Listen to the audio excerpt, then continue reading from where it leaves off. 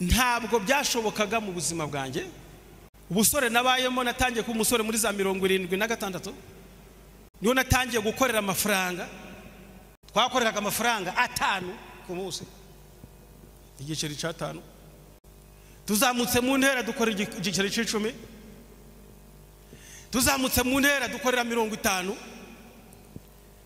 Twasoreje ku mafaranga 100. Niyo umuyobozi mukuru w'igihugu ati abanyarwanda ndabazamuye mu ntera, uhereye umunsi none mugomba gukorera 100 mwese. Twari bihangangira dukoranye inota y'100. Ubwo rero ubuzima bwanje bwari bubayeho kubw'inzoga. Ntabwo kurara ntanyo y'inzoga byari ibintu bishoboka. Niyo byangoraga kaje kukabari ngasanga zashize, kuko kari akamenyero kumutima urushye. Nabwiraga nyiri kabare ngo mbabarira nyereka koma rw'urwagwa rwasigaye hasi muri giti ki itende ryo hasi, mbabarira mbabarira rwose ndinyweho. Akambwira ati hari habari nsabye basize baripimye naryo ryaguzwe. None ndakwinginze, baranse kandi bumva nta nzoga ziri kumpumuraho. Nyereka igitango byashizemo nkozemo intoke nisige. Nibura nyure mu bantu bati yananyoye da, ati ngaho yora ngibiriye. Abiyora nkabyiharabaho bikanukaho, kaje kunyura mu bantu ndi kwisindisha. Yanasinze da, tuvuyeyo twazibuze none we baznarazimuhaye. Ntabwo ubwo burushi bwari bwarakoronije gusa, bwari bwarambuje n'amahoro. Umunsi umwe, ndavuga ibihe bibiri. Umunsi umwe nagendaga mu gitondo ngiye ahantu gutembererayo kuvugana n'abantu. Hari nko mu masaa 3 saa 4 numva abagabo bari kuvugira mu rugo mimbere mu gitondo saa 4. Mpita numva ko bari kunywa. Ndavuga ndi izi nzoga ndazinywaho. Ndakurikira nja muri urwo rugo, ngezeyo numva bari kuvugira nk'inyuma mu gikari. Bagira gutundu tuzitiye kwinjiramo mu gikari ari ukujayo. Bari kunywera mu gikari, ngiye kubacakirirayo. Ndakata muri ako karyango kaje inyuma y'inzu, ngikandagirayo, ngezeyo mbahingutseho. Nsanga n'abagabo 3 bari kuje impaka, bafite umurwayi benda guheka. Bari kuzirika ya migozi bazirika icyo bita imijisho ngo baheke umurwayi. Babuze umuntu wa 4.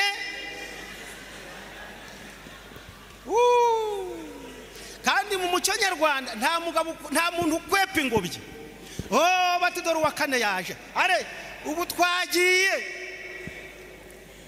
Alala, mba ndahetse mbabaye. Iyo naringiye birahinduka. Turagenda, hari ivuriro rishyashya ryavura umuhinde ne wahavuraga witwaga Nuruse, ahitwa muri Bisate. Nuko turamuheka tumugejejeyo. Nuruse amubonye ati no, uyu ntabwo ari uwano, akanaka dispenseri gafasha abaturage, uyakeneye ibitaro bikuru we umujane kwa padiri ahitwa muri Shingiro, ni muri komine Mukingo. Gangu turagiye ibirometero 12. Turagenda tugezeyo kwa padiri. Padiri amubonye tumuhingukanya ati arareba toya oya ati mwihute cyane muri hopitale. Kuva muri Shingiro kajya muri hopitale ya Ruhengeri nabyo ni ibirometero 12. Turongera turashwekura, twikorera ku mutwe, dushira mu ntoke turereza, tugacumacuma, urutugu rurashya. Nagendaga ndi kwibaza ndi nubundi iyi nda izankoraho. Reka mbabwire inshuti zanjye, buriya reka mbabwire wakwereka ibintu Yesu yaturuhuye. Nubwo ijuru ryatinda nararuhutse. Reka mbabwire, ntabwo nje nihutisha ijuru. Umunsi rizaze iryanje nararitangiye. Ntabwo muzi uburushyi bw'umunyabyaha ahura nabwo hariya hanze. Nanone none umunsi umwe nasohotse mu irembo ngiye gufasha ababyeyi mu mirimo isanzwe y'amaboko, ibibindi by'inzoga binyura iwacu mpura nabyo bigenda ndizi, ndagaruka nsubira mu rugo, isuka ndayibika, mama tubaye iki, ndi ndaje mu kanya, inzoga ndazikurikira nshuti zanjye, inzoga ndazikurikira zirenga umurenge wacu, ndiburiya zigiye kwa naka, abantu nagenda atondeka duturanye nzibare baturwa inzoga kenshi, hose ziraharenga,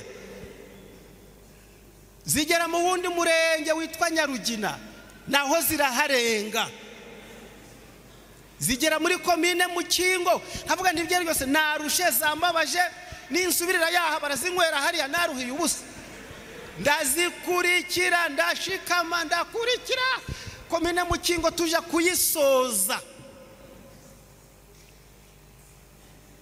turi hafi gutangira icyitwa komine Nkuri,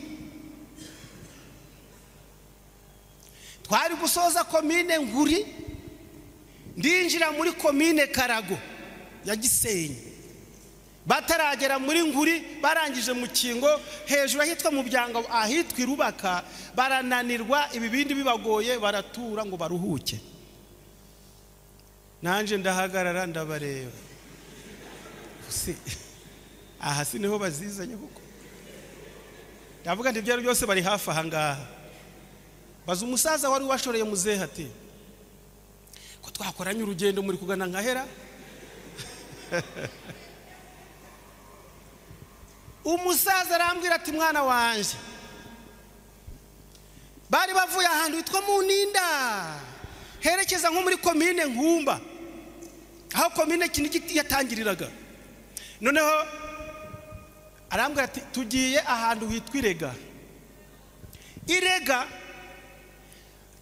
ubwo nuvuga ngo twe turangije komine, nari narangije Kinigi ndi muri komine Mukingo, tuyishoje twa gutangira igipande ca komine Nkuri tukagisoza, tugatangira komine Karago tukayisoza, tukabona kwinjira muri komine Mutura ahitwa Irega, hari muri komine Mutura, wazamukiye kuyikora ugera Irega ugana ahitwa Kabatwa Pazo, sanze nshigaje amakomine 2 ngo ngere nywera inzoga mu ya gatatu, narabuze numva niyinda izankoraho, ndeba ibirometero nakoze uko biresha, n'urugendo nakoze, ndongera ndatangira nagarutse wacu ngerayo mu masasaba, namwe muzabona uburukiro he, ubu ninyweraga amazi we, nkanywa amazi, ngongera nkanywa amazi, umwaka ugashira nkanywa amazi, ijuru burya rirarema, Imana irema ibiremwa bisha mu bantu, ntabwo nari nzi ko nabaho ntanyoye inzoga, nigeze kunywa amafaranga 600, nanyoye 600 bya kera, icyo gihe Daihatsu Toyota Stout yaguraga 450, icyo gihe Toyota Stout nshasha muri Rwandeze yaguraga 450, njewe nanyoye ko naranguzaga byeri ku muturage wari umukire, nkaranguza inzoga ze, ndazinywa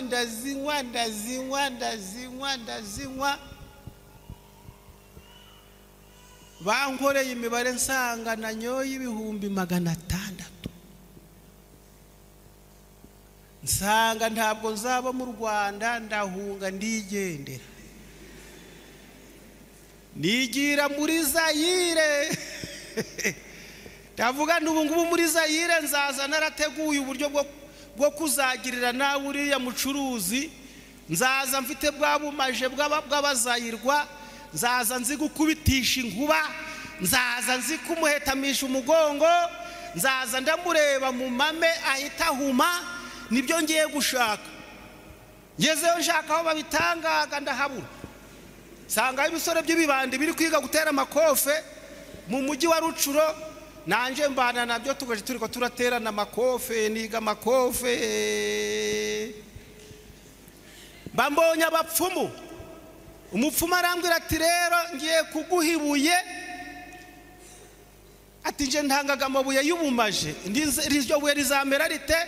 Ati iryo buye kugira ngo rizagufashe igihe uzaba utashi iwanyu, ni akabuye gato nzaguha kavuye mu nyanja utaza hiri, ntego ugiye kugera iwanyu utari wambuka umupaka, uzaritamire uve hirya y'umupaka w'igihugu, urinde ugera iwanyu nta muntu muvuganye, ubwo rero uzaba igihangange. Iryo buye maze uriseseke mu mukandara, uridodore mu pantaro, maze ujura rigendana, uzajura avuga abantu bose baceceke, uzajura yuko mu iteraniro abantu bose babinjije, maze ibuye bararimpaye, mba ndarizanye. Nambutse ahitwa Bunagana, ngo nambuke umupaka wa Kongo ngire mu gipande cya Uganda cya Bunagana, ibuye ndaritamira, ndaritamira we nkinjikiragi, nambuka mu ahitwa mu Daci ngurikirane umupaka w'u Rwanda na Uganda, uri umuntu utaruheruka mu Rwanda, abambonye batera unakuraho,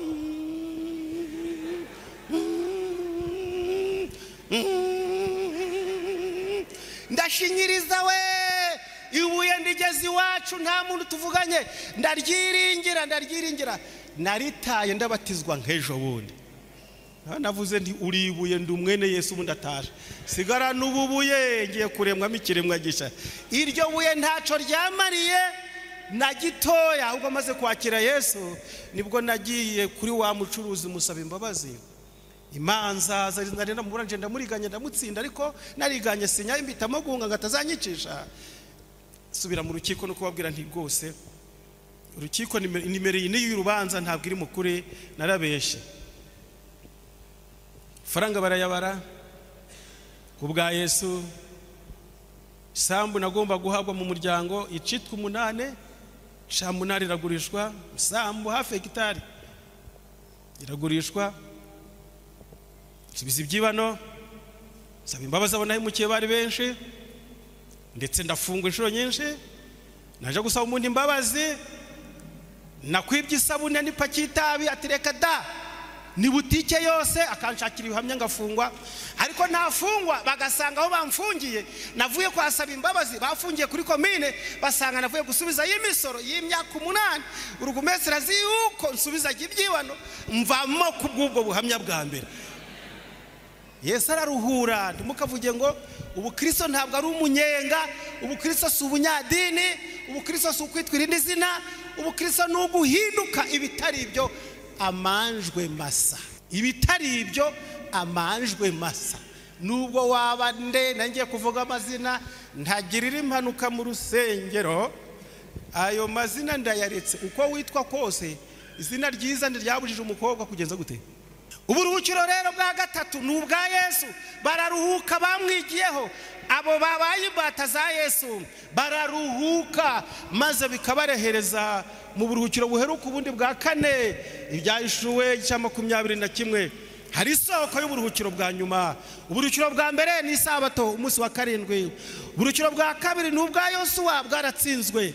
Ubwa gatatu n'ubwa Yesu bwaraduhamagaye. Uburuhukiro bwa 4 ni umwanzuro wa bwose. Byahishuwe 21 murongo wa mbere, bona ijuru risha n'isi nshya, kuko ijuru rya mbere n'isi ya mbere byari byashize, n'inyanja iritakiriho. Mbona ururembo rwera Yerusalemu nsha rumanuka ruva mu ijuru ku Mana, rwiteguwe nk'uko umugeni arimbishirizwa umugabo we. Numva ijwi rirenga rivuye kuri ya ntebe rimbwira riti, dore ihema ry'Imana riri hamwe n'abantu, kandi izaturana nabo bazaba abantu bayo, kandi Imana ubwayo izabana nabo ibimana yabo. 4 izahanagura amarira angahe yose ku maso yabo, kandi urupfu ntiruzabaho ukundi, kandi imiborogo cyangwa gutaka cyangwa kuribwa ntibizabaho ukundi, kuko ibya mbere bigenje bite bishize, bizashira tube iwabo wabakirijwe. Muri ruriya rurembo rwera Yerusalemu nsha niho tuzaruhukira, niho hazaba urusengero rwacu, tuzavana narwo mu ijuru, nirwo tuzazamo tugarutse kuri uyu mubumbe wacu. Iyo bita planete Terre izaba yaramaze kuringanizwa ngo itegurwe, ibibaya byayo bizaba bigiye guhindurwa. Reka mbabwire, uru rurembo rwera Yerusalemu nsha ruzaba rufite amarembo 12, ane kuri buri ruhande. Ayo marembo azaba ari amarembo twinjiriramo igihe tuzaba twamaze kurwinjiramo. Uru rurembo Yerusalemu nsha, umuntu wese azaba afite mu mwanya wo kwicaramo, umuntu wese azaba afite mu cyicaro kimunejeje. Ruzaba ari rugari, narasomye ngo ruzaba rufite uburebure bw'ibirometero